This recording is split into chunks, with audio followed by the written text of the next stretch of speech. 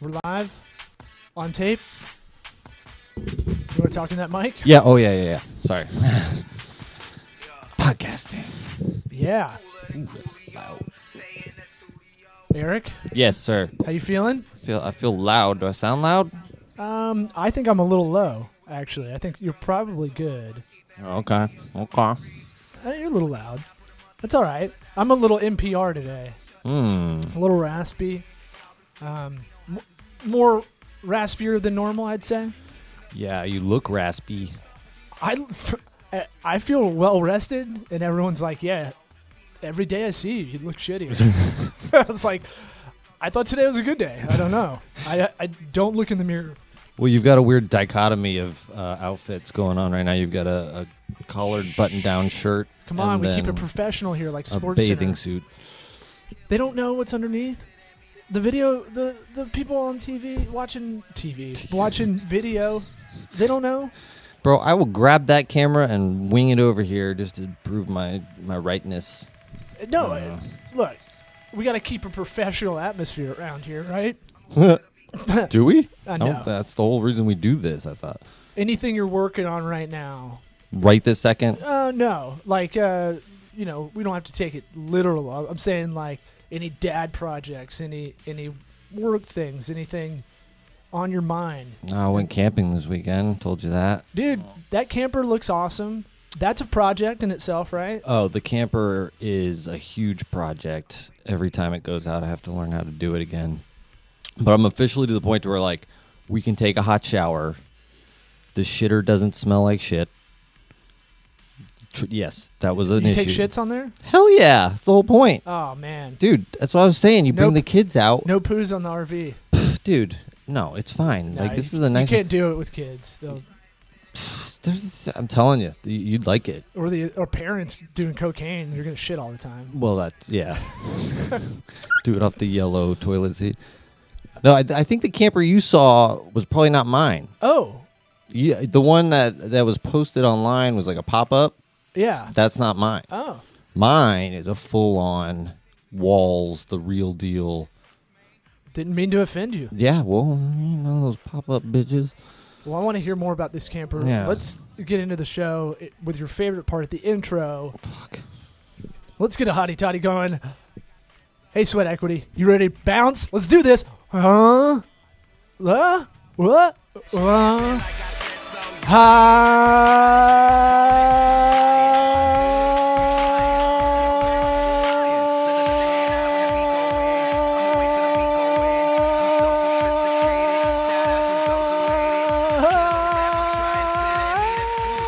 Toddy. God almighty. I tried to time it out with that jam, man. It's like when you get a good jam, the hottie toddy is way over the top, and then when you get a slow burner, it takes my energy, but the hottie toddy sucks, so that's good. It's Yeah. like a takeaway. Yeah, it's a give and take. Yeah. I'm glad those improv classes are working out Mhm. with a lot of yes ending of the show. That's the only thing I don't yes and. Everything else, I'm in. It's that 95% pessimism score. It got in your dome, and then it's like when people close to me, I get in an argument, they say you're a contrarian. I say, well, not in this situation, which is a contrarian statement. It's like when, hey, you're being really defensive, and it's like, I'm not being defensive. And you know that kind of like that loop you get in when an argument. Yeah, you can't say yes. You can't, right. You can't say anything, really. So Yeah. I just be quiet most of the Yeah. time. Anyway. Is that what you're telling me to do? That camper. On the podcast? It's been a project. I wanted to talk about projects. I want to talk about how to avoid scope creep. Mm-hmm. Yes, we are victims of scope creep. It's a term that I don't know. I barely have heard it. I think it's starting to catch on a little bit more. That's because you're so far away. You're up in them trees with a scope, perving on people. Like, you can't hear what they're saying, but they're calling you a scope creep. Yeah, or peeping Tom. Yep. Either way. Yep. If you need to use it as a that kind of noun, that works. It's a multi-tool kind of phrase. But scope creep is when in the gig economy too. You know, we're getting more and more people in this freelancer atmosphere Everybody's got a side gig. It's kind of why we do this podcast a little bit, to kind of impart any information that we know. Mm-hmm. Mm-hmm. I'm going to tease that. The one thing I wanted to get to before we get into that stuff is I'm thinking this show, the way we format it, might be we should maybe flip it up. We're already thinking about it anyway. Yeah. I'm thinking more, and holler if you hear me, more of like a love line for businessy kind of, so that kind of format where we can get people to call in, or we Talk can about your STDs that you got from your secretary, HR person, whoever gave you the STDs. Is that what you're talking about? You went in a different way. I like that. Yeah, I like that. Well, office romance, always. Yeah. Intrapersonal relationships in the work atmosphere. Because we're experts now. No, but I mean, look, we get a lot of startup people asking questions. A lot of kids, a lot of people younger than us, millennials. We're at the upper crust of that age group. Accent on the crust. We're the crustiest of that. But I feel like I've been trying to figure out how to get all these questions and be thoughtful to write them down for this podcast. Mm-hmm. I'd say probably I get 10 a week of just people I randomly talk to, or friends, or prospective clients and stuff that I'm bad about writing it down for this. But I think if we can figure out a format eventually to have a consistent time where we do this, that we can promote taking calls live or FaceTimes or any of that, I think, and we'll have friends probably call in. Yes. We can hope. Well, we like friends of the program. We can set it up like Rob Cressy, who I was supposed to get on here last episode. Oh yeah. He's my brother from another mother, does what we do up in Chicago, and I'm sure he would call in if he was just farting around Chicago on a lunch break, Sure. I mean, just, so you want to try and do live, why not just do... No, we just have a standard time, and we can promote that time, and people can call in, because it's more fun to talk to people and ask follow-up questions than... No, with the fallback is we can just get questions emailed or yeah, I was going to say tweeted to us or whatever. What about like a pre-recorded party line? We can do both. You know what I'm talking about? Where you leave like a voicemail. The producer side of me is going to say, the showrunner side of me says, look, in the beginning, we're not going to have a whole hour of people calling in. So, we can have those backup questions there. We can answer them anyway. Yeah, I'll just end up getting under the desk and doing all my voices. Oh, sweet. Hey guys, wanting to do a startup for a septic tank company. I don't know. You are the Michael Winslow of business comedy podcasts. So I'm thinking that's where my head's at. It's just kind of spitballing. I wanted to do it on air because I think it's interesting to see the creative process for anybody that listens consistently. So that's an idea. You guys tell me if that's shitty or not. You guys tweet us, whatever, hit us up. For us, it sounds like it'll be a lot of work. It'd be hard to do. I think it's just like anything. I think it's gonna be. It feels like a lot of work, but I bet if we actually, because we're gonna improve this podcast no matter what. Either there's an opportunity that's been in the holding period in purgatory for a while, or we just kind of have to step up our game. Yes. Continuous improvement's super important, or else we're just going to get flat, and we're not going to get better, Yeah. And the whole idea of this podcast is to dispense advice. We got to start taking it. Mm-hmm. Yeah. Yeah. Got real emotional on you. Jeez. Jesus Christ. Just think about all the work I got to do. What are you going to do? Figure out the phone line. How do you get a phone call in on the internet now? Jeez. Oh, my God. What a pain in my ass. I've done it before, BE, before Eric. We got a landline in here. We can get an ISD line if we want to do better interviews of maybe other podcasts. Oh. That are like have that at their studio. Yeah. Well, that's really good for streaming for one thing, I think. Yeah. Right? We can do that. It's like super high speed.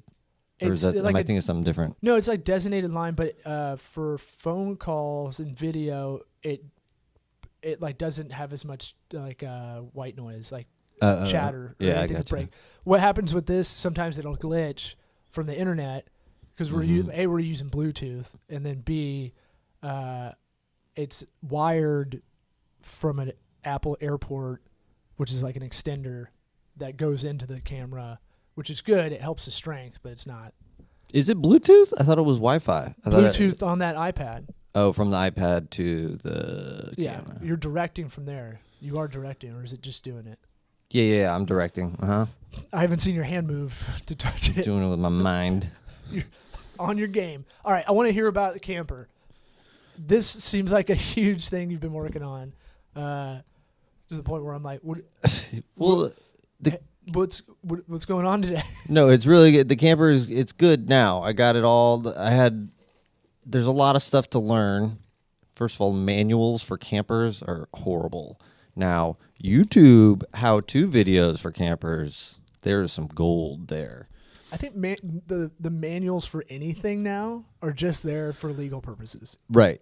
Yeah. No. YouTube has been solid on this thing. I mean, there's guys out there that just like, I think it's a bunch of like guys who run camper shops that are sick of answering and explaining the same thing over and over again, kind of like us. We've done that for clients. Yeah, and pretty much every little. The good thing is there's not a lot of. They break it down like as little as it can go, like stupid, yeah. where it's just like, oh, thank God they did go over that sort of thing. But yeah, man, the camper, now that I have it under control and I know how to get a hot shower and, get the burners working and all that stuff. And we got all the supplies in there that you need for the most part. So it's not like a huge packing deal every time, What's the make model of it? It's a Jayco something or other. BH number. I only remember BH for butthole, of course. Yeah, that's how you're going to do it. But I wasn't even questioning that. It's like, like, obviously. And then the numbers, I just go by sports. Yeah. I think it's like a 184 BH. Like it's 2356. All right, Michael Jordan, Hardy Nickerson. Okay, cool. There you go. Yeah. That's my way of remembering stuff like that. Yeah. And then I daydream about them hanging out. I'm like, what would they talk about? And then that'll help me even because my ADD is still rocking. What would they talk about? Probably not a lot. Hardy would just smile a lot with the fake teeth, the veneers. Didn't he have braces? Yeah. But then he's got like these, I don't know, he's got the Matt Dillon and something about Mary. The chiclets. Yeah. Yeah. So what do you want to know about the camper? I mean, it's pretty straightforward. It's a depreciating asset. Yeah. Unless it's one of those old school ones, which I thought it was. But an Airstream? Well, Airstreams, I think, have value like that. Yeah. Right? Like, but I think they last it's forever. limited to that. No, I don't know about depreciation on campers. I assume they depreciate. They have to. They have tires. But I'm saying, like, I don't know if there is, because it's half home, half car. So it's like, is it a thing that can appreciate? Can you put stuff into it? Or is it like a boat and it's just like whatever, you just always fix it? I think they just kind of decided that everything that can move is going to depreciate. Yeah. Anything that moves for some reason. Well, it's just wear and tear. Yeah. It's going to happen. But it's like a house appreciates. Some cars can appreciate if they're in that. If they're old enough. Memorabilia or have something unique to them. Yeah. I feel like the camper community, those older ones, right? It's an older one. No, it's brand new. I keep thinking it's that. No, picture. it's not. The other one is that one. That one's a little bit older, but I don't know. Campers are weird. It's like you forget that like there's not a complete. There's somewhat of an assembly line, I would assume, but there's a lot of just like nailed together pieces of wood where people are just figuring that shit out that day. Where it's just like, oh man, like this is just. That's how I would build this camper from when you start looking at all the workings. Dude, I didn't realize I was on a RV for 3 months doing a stand-up tour when I was 25, and we got one of the comics was from Seattle and had like a sign company, and somehow was able to pull together he was like, I'll take care of the RV. I think I can get one up here. I think I'm going to buy one for the trip instead of us being in a car.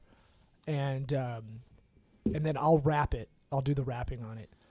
Dude, I think the only thing that kept that RV together is like an 88 something, Winnebago something.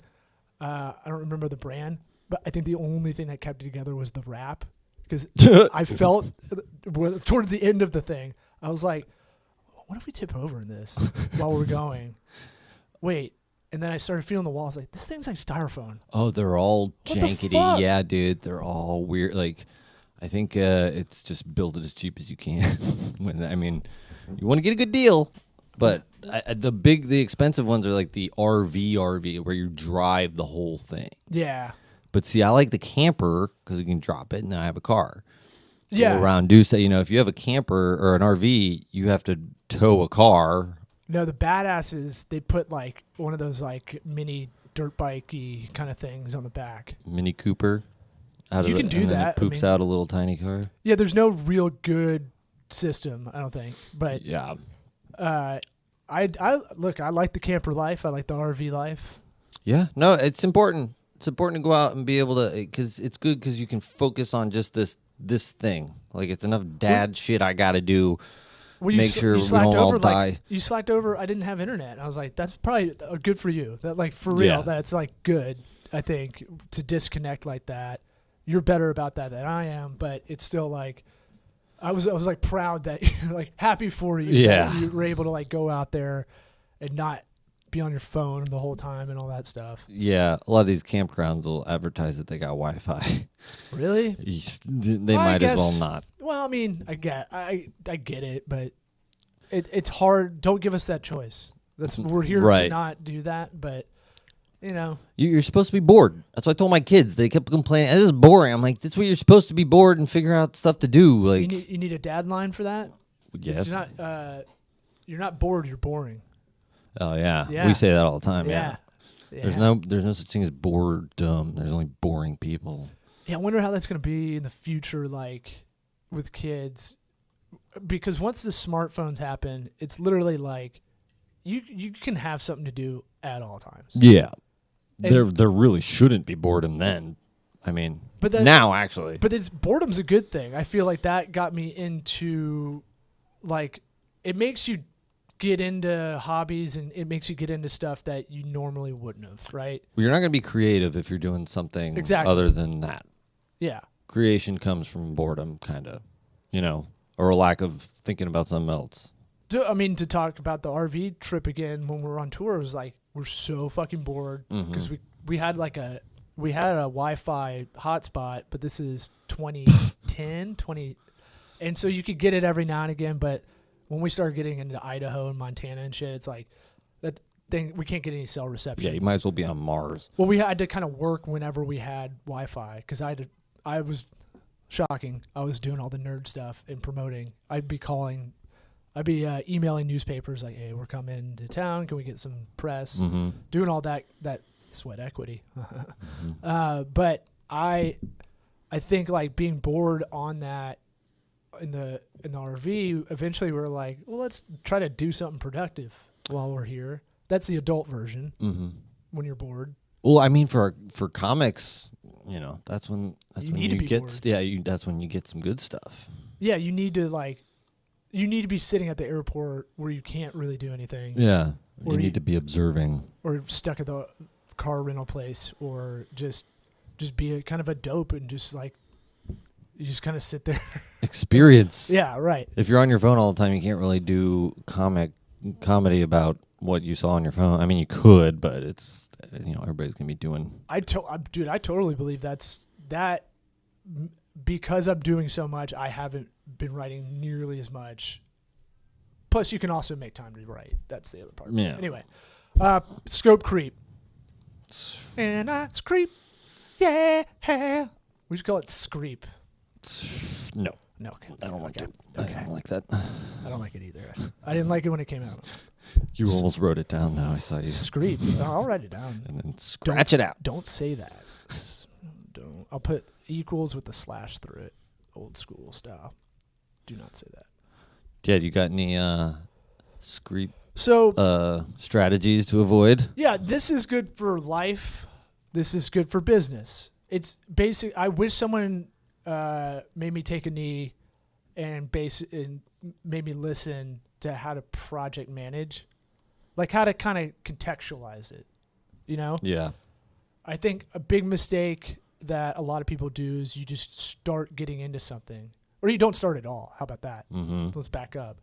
But a lot of people, when they start getting into the project, they didn't take 20 minutes to plan something. It might save you oodles of time. Oh, right? yeah, big time.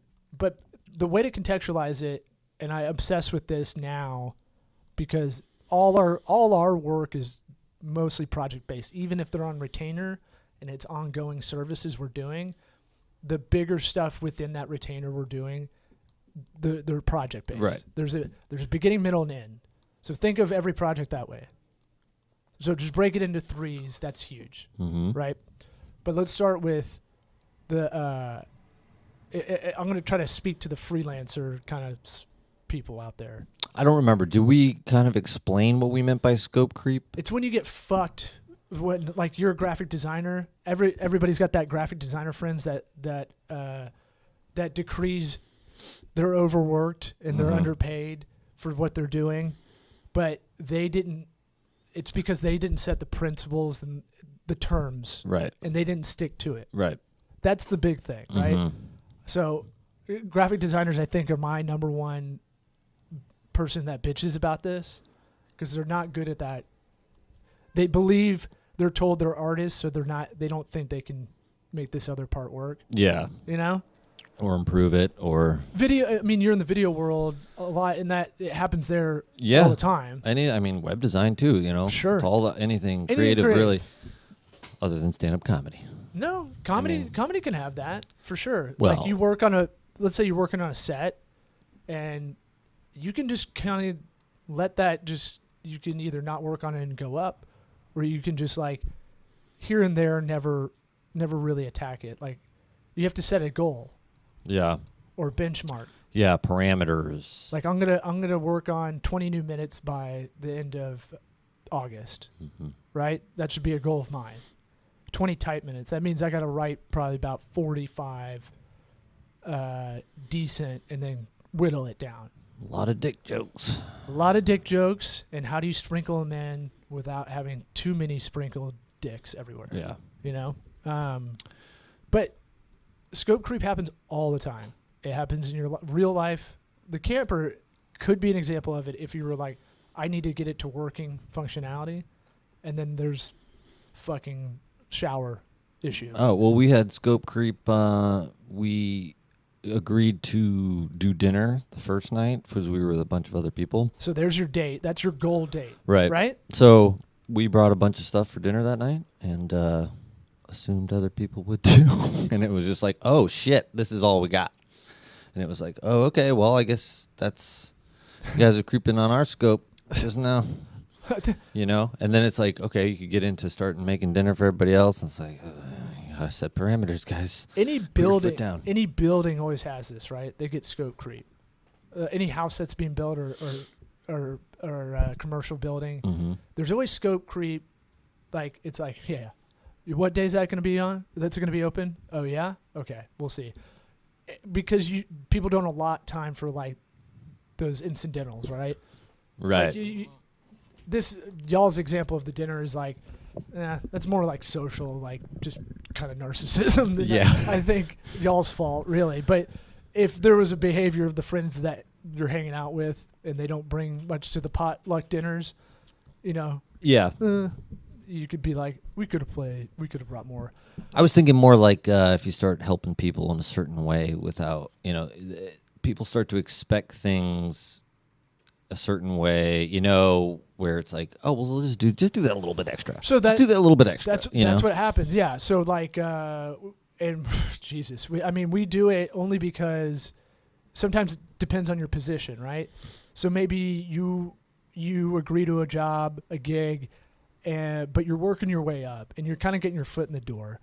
Well, you got to go into mindset that we had a client like this recently where we knew we were going to like deal with this. Yes. And I can't say too much because there's NDA stuff and all that. But I think you were on the project, so you're going to it's one of a few. It was the first thing that popped up. Okay, so the thing about that is like, we knew going into it, but we wanted to do this project and really wanted to do it to get this under our belt, right? Yeah. It was something different. It was something new.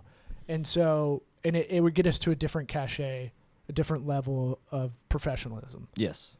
That's more of the goal for us than it was the cash or, labor. Yeah. Or setting or making sure that we weren't going to get screwed over, sort of like we were just kind of like, okay, we'll just go with it. And, so we can get it under our belt. It's like, can you do this little change? Can you do this little change? So here, I'll kind of direct this over the camera a little bit, but the biggest thing you can do is, I'd say two things. You plan it out, you set the terms, and you have to, in the beginning when you're not good at this, like I wasn't good about this, and now I'm like OCD about it, and I still need to get better at it, is you set the terms, right? It's in the contract if you're a person that does contracts. Here in creative, you need to set like rounds of design. Right. Rounds of editing, whatever you want to call it. There needs to be simple rounds, right? Yeah. And that's that phases, 1, 2, 3, beginning, middle, end. It's always easy to just start with, you got 3 revisions. It's on this date. It's on this date and this date. Here are the times that we can go over these. If we're on our game, we'll send it 3 days before. You look at it, you make your notes, then we'll meet. And you have to like be so regimented, because if you don't have that, then if it's your contract is only as good as it is tight, and so if your time, like the dates and labor, all that stuff, and the cost aren't on there, those are easy to put in, right? Yeah. Because you're going to have to do it anyway, right? Yeah. So always add some fat time to that. Hey, if I had nothing else going on, this would take me 3 weeks, but I've got a lot of stuff going on. So figure out that labor calendar, grid it out. If you're doing if you're really trying to be a full-time freelancer, this is how I do it. Grid out all your work hours and do a 30-hour week. Because stuff's going to pop up. There's going to be stuff you don't know. But when they ask for a change, you can only ask for a revision at this round. Yeah. On this date. So part of that is peppering them with a reminder. Hey, a week or two ahead of that date, the round of revisions. Hey, just want to remind you, get some ideas going. Because they're not thinking of you and that project usually. A company they want their website, or they want their thing done. Yeah, let's just use a website for an example. It's easy. So they don't know what they want a lot of the time because it's not their world. Right. So the better you explain it in the beginning, which is a lot more work, but it makes the whatever you can trim down in questions and drilling down what it is into a proposal, the easier the project gets. Yeah, the more information you can gather at the beginning, like what might you be interested in for this, that sort of thing. Like one thing we've been saying on is branding. We should have a questionnaire that has a conditional logic to it. We have one that's almost like a psych test. Yeah. That I can look at and go, okay, I think I know what they do. But we should have a visual, like what styles of logo, the same logo in 8 different styles. Yeah. Do you like hand drawn? Do you like flat, shadow, hipster, whatever? That would trim down a lot of fat for us, and we should do that in the future. Yeah, it goes back to the planning. If you can come up with forms and get as much quantifiable information where it's like, okay, well, if you need these things, it's time stamped. Yeah, and you have it by then, whatever time, then boom, you're good. But it's when all these other things pop in where it's like, oh, well, I wanted to do this special animation thing. It's like, okay, well, that's a lot of work for us, and then it's like, what do you do then? Then do you renegotiate the contract? So you should do a work order change anytime there's any small change. Mm-hmm. The hard part when you are a freelancer, you're on your own. We got a squad. But when you're doing your own thing, you're that WordPress developer that's doing it on the side after work, or or you're just a kid that's trying to be that guy, be a real pro at it, and you're learning. You don't know this part, and this is the biggest thing I can kind of tell the audience is like the work order change. You have to be strict about it, and you have to like posture this in the beginning, because you have to talk out of two sides of your mouth if you're the one-man show, right? You have to be the strict project manager and administrative side, client service side, the client service facing, the fun, like here's all the ideas, get them all fired up. Be the male cheerleader, I call it for me. You just said cheerleader, but yeah, the Rams are gonna get 2 male cheerleaders. Are they? Yeah. It's progress. I like getting enthusiastic about it. It's really hard for me because I'm not that super disciplined, strict. When it comes to, it's hard to do both. I can do both. I can do one or the other. It's really hard to have that marriage of both without being a dick. Well, work order change is kind of a miniature little conflict situation where it's like, all right, well, this is, it's not the best thing that you want to talk about. The client's not going to want to hear a work order change, so that means money for them. So just like you said, I was like, why does this make me feel gross? It shouldn't. I should feel confident in the work we do. So that was number one. After you get some time under your belt, you guys can fake it till you make it if you're not there. And I'm specifically talking to the freelancers that feel like they're a little lost. I feel like once I had a lot of work under my belt, that, I felt more confident and like, no, this is how it goes. Yeah. The other part, like you're saying, is like, why does this feel icky? And that's on me. That was a psych thing where I need to work on conflict. I avoid conflict because it's just like, not because I can't argue. It's just laziness. It's energy. It's like, dude, right. It's like fucking a lot of energy. I'll get into it. Right. Yeah. I just like, I don't want to obsess over that argument. Yeah. Because you're going to want to have good points. I like and you're debating. Want to do it good. Yeah, you want to do a good job, so you're going to think about it. I get into lawyer mode, though, and I will be like, no, this is the detail. This is what we signed. You signed the contract. But now you get into this so strict, and you're almost too emotional, meaning me, that like I'd be like, look, it's right there. It's in the details. I don't know how to make this any clearer. It's in the contract. I can't help it if you didn't read it, which is bullshit, too, because it's like, who reads terms and conditions on iTunes? But I do walk people through everything. Yeah. Quality, cost, delivery. So those are the three things. We've only talked about two. The hard part is the quality, right? Yeah. So when they call you out on quality, how do you do that? It's defining quality in the beginning. Yeah. And I'm not saying it's easy by any means. How do you define quality of website design? Right. The best way to do it is position it against what you think is the most advanced in your life, right? So call it, you need to make a term for it. Something like, okay, let's do a price sheet with, 3 options, right? Yeah. Small, medium, large. This is what we're going to be doing, right? And we need to package this. So let's call it website design. Just to stick with that example, medium, and then large. And you guys have seen this with any app you sign up for. It'll give you like the options to sign up. Any of those subscription packages. You're going to see more and more of those. Right. It's going to be the model. So I'm trying to figure out how our subscription commitment plans are called. Our retainers are called subscription. Instead, because that's just, it's easier. It doesn't feel like a lawyer retainer. Yeah. And then, and it feels like we do more than just the services, right? You have us as a retainer, like to be that. You subscribe to us. But you're subscribing to more than just that, right? Because we do a lot more. We'll send extra credit stuff, as we call it. So small, medium, large. So you go, how do I take website design and define quality? Right. So just it's like rule of threes, break it into 3. Yeah. So do you tell them to go out and find the worst website that they can think of in their industry? So I mean, you break it down by just start getting like.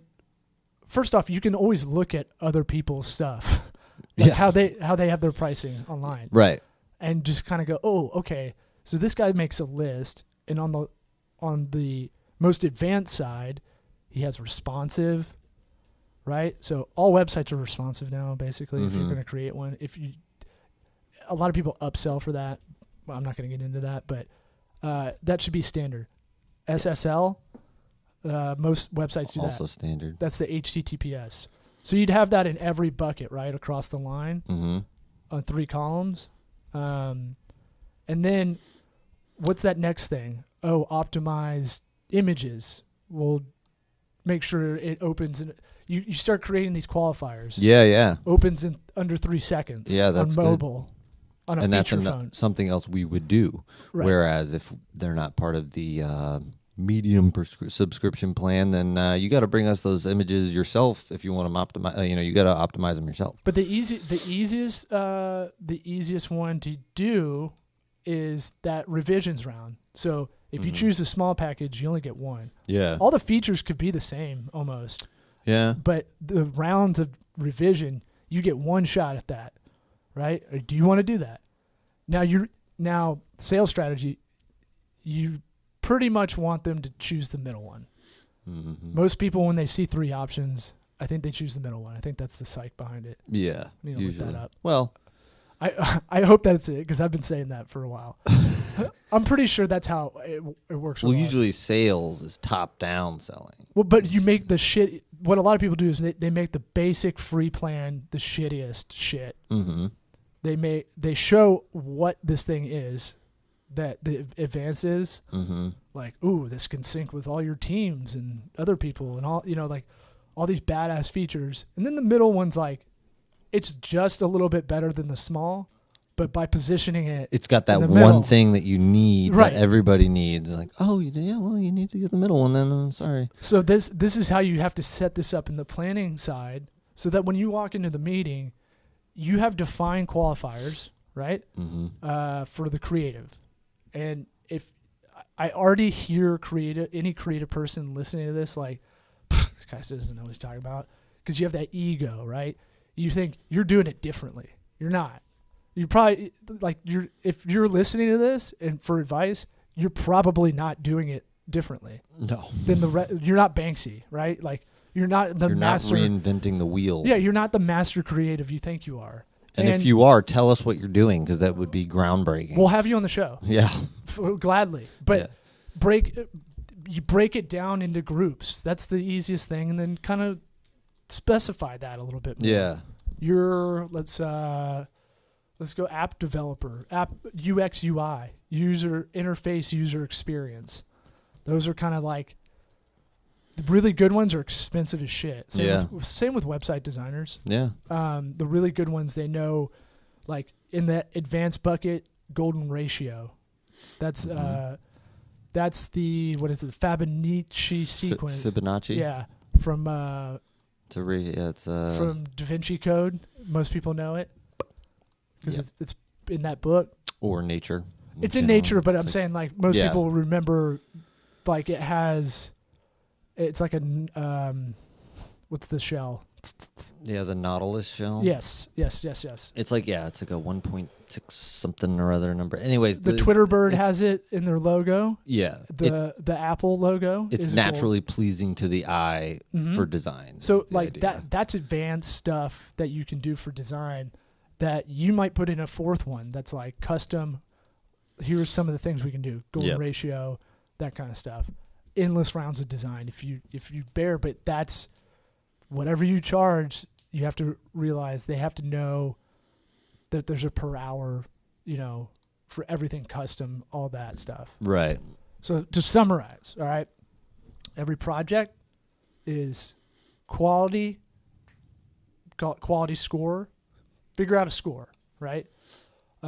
Speed, or in business school books, they'll say delivery, which is confusing to me because I'm thinking Amazon every time I read that. Yeah. And cost is always the thing that you're trying to figure out in a meeting. Because when you're talking to someone, quality's almost always, if you put like a scale, it's always, or a scorecard, it's always going to be high in the client's head. They're like, I don't want a low quality. Yeah. So we got to figure out how to not call it quality. Yeah. Right? It can be efficiency, creative, or design, something. Yeah. Something they can understand. I want 3 buckets. You can rate from 1 to 10, and you only get 24 Ooh, yeah, drops I like that. in there. So we're figuring out which one is most important, right? Yeah. It kind of creates... It's like leveling up your character in a video game or something where you earn some points. You can put it towards whatever you want. Yeah. XP. Exactly. Like you're making a player in Madden, yeah. and you're like, all right, I'm going to make him 99 in speed, but I'm going to give him throwing of like 47 because I ran out of points. And then I'm just going to run the ball. And you got Michael Vick. Pretty much. That was like his rating. Yeah. So like I'm thinking about how to do that mathematically. That makes sense. Do you do 21, 24, maybe an odd number, 23 out of 30? But I want to see what they value the most because those are the 3 constraints of projects. Yeah. Always. And the odd number is good because it's a tiebreaker. Right. Yeah. So you always have at least a second. Because if it's all 8s, then it sucks. So I would say even if you're doing a project at the house, I've started to really do this now. We've got stuff. We moved into our place 2 months ago, and we still have stuff in boxes. It's annoying me, and it's perturbing me. It's making me angry, dad mad. And so I go, dad mad. I started just creating dates. I go, look, we're gonna have these boxes. They're either gonna be Goodwill. I'm going to give choices. I'm going to give ultimatums. They're not going to be in this spot where they've been for 2 months in the box, by this time. And tell you what. the dog was the only one paying attention. The dog. Oh, yeah. Well, I was like, just like, All right. I made my dog pee. He got so scared. But I was like, and for that, while you're doing that, I'm going to organize all the tools, all that stuff, get a pegboard. Yeah. Like we've got in the office now. Keep talking about this pegboard. He's really excited about it. I am trying to get fired up about organizing because it's not my natural thing. Yeah. And a lot of it's because I'm always in a hurry. Yeah. And I don't like that life. It goes back to putting the work in the beginning. Quit putting it off. Planning, state of routine. So I'm going to go back to summarizing. Quality, cost, delivery, right? Mm-hmm. Figure out those terms, make qualifiers for that quality part. And then if there's going to be a change, if it's a digital service or graphic service, there's almost always going to be an extra something, right? So plan for that in the cost. Figure out what you're worth is another thing. This is going to get more complex, and this is why I saved this part to the end. What's your bill rate versus your cost rate? I was just going to say, I always go back to the automotive mechanic books that they have where they say, all right, to replace a transmission on this car is normally charged this many hours of labor. And it's like if you can do that for what your industry is or whatever, if you could figure out something ahead of time to say, listen, okay, if you want this is what it's going to cost you later on down the road, whatever, and you can agree to it, that's nice to be able to have that to refer to rather than every time being like, all right, now I got to track my time, figure out how long it took me, then go back and say, okay, well, now can you pay me this? So, yeah, a lot of people just look at like 2 businesses that are competitors and go, okay, I'm better than that one and I'm not as good as that one. I'll kind of figure out what my price is in the middle. That's important market research. That's what that is. Do a lot more than just 2. Like you should always be doing it really if you're a service, if anything you offer is a service. So the transmission, there's labor, and then sometimes there's a lot of cost of like buying equipment. That's considered separate, any sort of materials. Right. But I'm saying like you still have to account for that cash flow that's sucked up. Because if you're doing like transmissions and you're buying, or you just have to buy engines, things that are high cost items that you're waiting to get paid on. Yeah. That, until the thing's done, that is an issue. Yeah. But like just for a straight up service industry, and I used to be good at this too, as being very diligent about getting that spreadsheet of all competitors for each service you do, and it can be local, it can be online, and just keep marking that. But you have to figure out how to make the qualifiers equal each other. Right. So in order to do it, you have to qualify that quality. Yeah. But again, that's the work ahead of time, where it's like, man, if you have that laid out and then can refer to it, it saves you so many headaches. If you can figure out a way to factor it into a contract too, that's nice. It's and same thing for at home. You have goals for your garage, right? I'm going to organize this. What does that mean? Let's define it. Right. And I'm going to do it by when. Yeah. All right, I have a month, because I know I have Saturday mornings. Everybody goes and does something else, and that I know I have that time, and so it's that thing of like, it gets easier. This probably overwhelms some creatives. However, that part, all this stuff you can kind of now I can do it like on the fly. Right. Everything gets easier in terms of your brain power that you're using thinking about it. Yeah, just more reps. Yeah. All right. Well, look, if you were confused by this, send us questions. I want more engagement somehow. Yeah. With the people out there, we're gonna step up our game. You and I got to do a strategy session to kind of figure out how do we take this to the next level. The show. Mm-hmm. It's going well, but we're complicit in its it's okay. Yeah. No. We haven't efforted the way we could. We didn't do a sponsor, so we should end on that. Right? I got so excited about Camper Talk, I forgot to bring up Grasshopper. Yeah, the entrepreneur's phone line. Grasshopper, you can add an app on your phone. It'll create that second line. I suggest, this is in the copy, and we don't have the copy in front of us because He's just that good. Well, I want it to be real. Yeah. You know? It's real, all right. Well, look, if someone was trying to sell mustard gas as a sponsor, I'd say no. We're not selling. We are not hawking that. You know what? We're putting our foot down.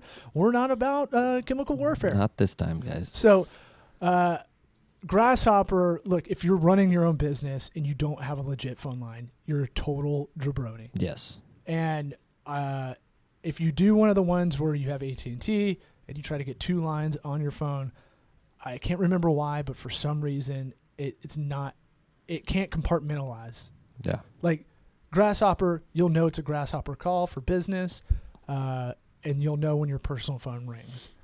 It's scalable. You can add phone numbers as you go, so you can have your one main one in the beginning, and if you need to add more and more, if you're going to do business development, we could add another line for you, but you don't like people, so nope. We're not going to do that. Don't call me. But it's a virtual phone system, and you can cut out of it at any time. Like a subscription model, you will see the pricing sheet on there, but on that pricing sheet, what you don't see is our discount, because you got to hit the URL trygrasshopper.com/sweat, like Keith Sweat. Yeah, Keith that's Urban. how we were so good. Yes. $50 off. Look, that's an eighth of weed in a lot of places. Now you got my attention. There you go. Save an eighth of weed, $50 off when they sign up, only using trygrasshopper.com/sweat. Now we have friends of the program that go, hey, we signed up for Grasshopper. We didn't get a discount, but we're on there. Like, well, we didn't get any credit. So yeah. So nobody's happy. It's a win-win if you use the $50 off code, but you can only use our URL, trygrasshopper.com/sweat. Yeah, and if you're friends with us, just call us on your regular phone, and we'll help you. Yeah, you can be like, what it. is that? I don't want to look up the iTunes. Yeah. I'm too lazy to do that. So you can hit us up. We're on social media, all of them. I'm not even going to list them. We're on all of them. All of them. Sweatequitypod.com. We got that. Yeah. We still haven't got some done anything. ideas. I got some ideas there. Patreon. Patreon. Haven't done shit for that either, but that's the next level shit that we need to do. Yeah. That's Patreon I think is legit that we need to get on there and figure it out. So the first step, borrowing from this That was my from this episode. Was my voice. Michael Winslow. You are Michael Winslow. Is we got to plan out when to have a planning meeting. That's what we'll do after this. Yeah, we'll do it later. All right. Woo.